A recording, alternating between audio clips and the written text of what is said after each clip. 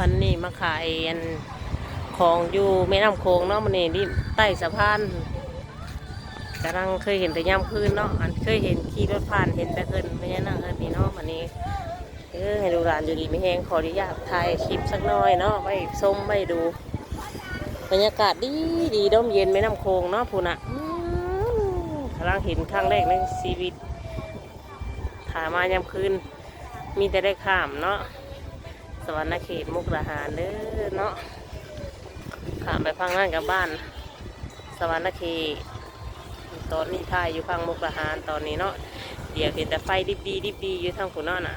อยู่สวรรณเขตทั้งน่ะซูมมาจนเลยไฟสวยงามทางใต้สะพานก็มีรถกระเด็นนั่งขึ้นอยู่เนาะไม่น้ำก็ถือว่าเดิมยุบแล้วน้ำก็ยุบหลายแล้วเนาะเดือน11เลยเห็นต่อหม้อแล้วเนาะยุบลงแล้ว